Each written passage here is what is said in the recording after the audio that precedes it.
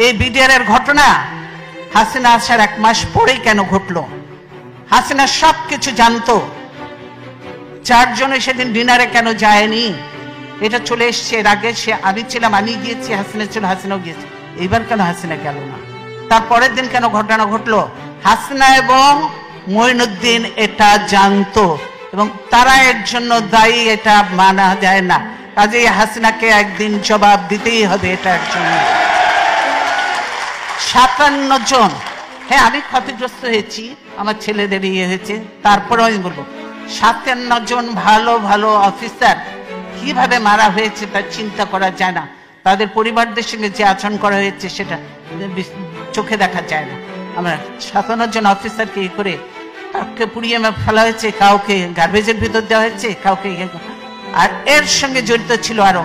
আপনারা জানেন যে একজন ইয়ে ছিল, সে র্যাবে আমরা নিয়েছিলাম, লোকটা খুব ভালো ছিল, শায়েক আব্দুর রহমান গুলজার, আপনারা জানেন গুলজার ধরেছিল ওই শায়েক আব্দুর রহমানকে। তার জন্য রাগ ছিল ওই মির্জা আজমের, তার বোনের জামাই ছিল। তার জন্য গুলজার সন্ধ্যা পর্যন্ত র্যাবকে, মোয়েনকে, অমুককে বারবার ফোন করেছে, হেল্প হেল্প হেল্প, সাহায্য চেয়েছে, কিন্তু কেউ এগিয়ে আসেনি। কি বলে র্যাব আর্মি যে বসে আছে কিন্তু পারমিশন পাচ্ছে না, র্যাব ঢোকার পারমিশন পাচ্ছে না। পিলখানায় যদি তারা ঢুকতে পারতো, আমি মনে করি এরকম নয়, 2-1 জন মরতে পারতো, তো সব অফিসারকে আমরা বাঁচাতে পারতাম। দেশের এটা ছিল অ্যাসেট। আজকে দেশকে ধ্বংস করে দেওয়া হচ্ছে, আর্মিকে শেষ করে দেওয়া হয়েছে। এর জন্য অবশ্যই তারপরে তদন্ত কমিটি করে তদন্ত থেকেও বাদ দেওয়া হয়েছে। এমন সব লোকজন দিয়ে তদন্ত করতে যাকে দেওয়া হয়েছিল সেটা তাকে করতে দেয়া হয়নি। তারপর সে তাকে বাদ দিয়ে আরেকজনকে দিচ্ছে, দলীয় লোককে দিয়ে ইয়ে করে কোন রকম নাম কাস্তে লোক দেখাতে হবে, সেটা করেছে। কে করেছে? তাদের লোক। এইটা বুঝতে পারছেন। কাজে বিডিআর ঘটনার সঙ্গে হাসিনা এবং মঈনুদ্দিন সরাসরি জড়িত। তারা এদেরকে নিয়ে একসঙ্গে শেরাটন হোটেল থেকে খাওয়া এনে খেয়েছে। তাদের যে তখন একজন ছিল, কি ডিডি ছিল না কি ছিল কিনা, তৌহিদ তখন কোথায় ছিল? হাসিনার ওখানে ছিল না? নিজের পরিচয় দিয়ে গেছে, একসঙ্গে খাওয়া দাওয়া করেছে, সবকিছু করেছে, ভালো কাজ করেছে, বাবা দিয়ে পাঠিয়ে দিচ্ছে। এই হলো অবস্থা। কাজে শুধু এই ঘটনা নয়, হাসিনা অনেক কিছুর সঙ্গে জড়িত। এবং বর্তমানে যে জঙ্গি তোলা হচ্ছে বিদেশিদেরকে ভয় দেখানোর জন্য, যে এই দেখো আমি ক্ষমতা থেকে গেলে এই দেশে জঙ্গিদের উত্থান হবে, এই দেশে এইভাবে মানুষ হতে হবে, এই হবে, সেই জন্য তারেক বলেছে, আমি আর বলবো না, এই যে বলেছে, আমি শুধু ছবিটা দেখাতে চাই, অ্যালার্মিং কথাটা, অ্যালার্মিং, হ্যাঁ ছবি দিয়েছে মানব ছবি, বুঝেছেন? বলছে কি, সিজারকে গুলি করা হয় কাছ থেকে, বন্ধ ছিল সড়ক বাতি বন্ধ ছিল কেন? তার জন্য দায়ী কি বিএনপি?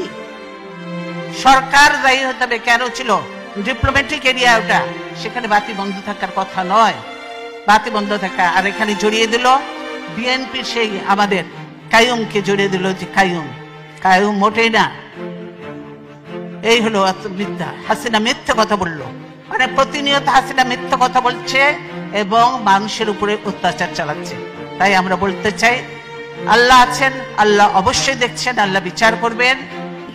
সাংবাদিক আজকে মাহমুদুর রহমান জেলে অপরাধবিহীন, তারপর সাগর রুনির কোনো বিচার আজ পর্যন্ত হয়নি, শওকত মাহমুদ জেলে, প্রেস ক্লাব আজকে আওয়ামী লীগের দখলে, এখন সুপ্রিম কোর্ট বারও দখলের চেষ্টায় আছে, বার কাউন্সিল তো কোন রকম করেছে, ওটা নিয়েও একটা ভেজাল লেগে আছে। এই হলো অবস্থা। সব দলীয়করণ, দখলীকরণ চলছে, জমি জায়গা থেকে আরম্ভ করে। সেই বাংলাদেশ এখন মুসলমান, হিন্দু, বৌদ্ধ, খ্রিস্টান কোন ধর্মের মানুষ নিরাপদ নয়। এবং যত দুর্ঘটনা ঘটছে তার সঙ্গে হাসিনা এবং আওয়ামী লীগ সরাসরি জড়িত, এবং তার পুলিশ বাহিনী, পুলিশ এবং র্যাব এরা জড়িত। তাই আমি বিদেশিদের কাছে আহ্বান করব, এই র্যাবের ইউএন মিশন বন্ধ করতে হবে, র্যাবকে বন্ধ করে দিতে হবে। র্যাবকে যে গুলি টুলি সাপ্লাই দেওয়া হয় এগুলো বন্ধ করতে হবে, নাহলে বাংলাদেশের নিরীহ মানুষরা মরবে, বিদেশেরাও মরবে। এবং এগুলো সব বন্ধ করতে হবে, র্যাব পুলিশ এদেরকে। পুলিশ, এই দেশে দেখেছি পুলিশরা হলো জনগণের সেবক, জনগণের নিরাপত্তা দেয় এরা।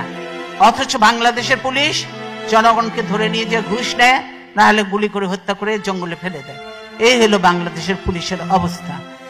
কাজেই আমরা খুব একটা খারাপ সময়ের মধ্যে দিয়ে বাংলাদেশ যাচ্ছে। আমরা অত্যন্ত কষ্টের মধ্যে আছি। তারপরেও আমি এতদিন গণতন্ত্রের জন্য সংগ্রাম করেছি, এখন অনেক বয়স হয়েছে, তারপরেও বিশ্বাস আছে, আস্থা আছে, আল্লাহর উপর বিশ্বাস আছে এবং আল্লাহর রহমত আছে। গণতন্ত্রের শেষ লড়াই পর্যন্ত আমি চালিয়ে যাব এবং দেশে গণতন্ত্র প্রতিষ্ঠা করে,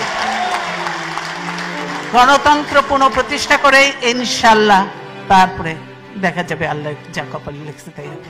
তাই আমি আপনাদেরকে অনেকদিন পর দেখা হলো, আবার কবে দেখা হবে জানি না, কিন্তু বলতে চাই আপনার প্রবাসে থেকে বাংলাদেশে কারো কথা বলার কোনো সুযোগ নয়। কোন সাংবাদিক কিছু লিখতে পারে না, ধরে নিয়ে চলে যাবে, মামলা দিয়ে জেলে ভরে দিবে, কেউ পারে না।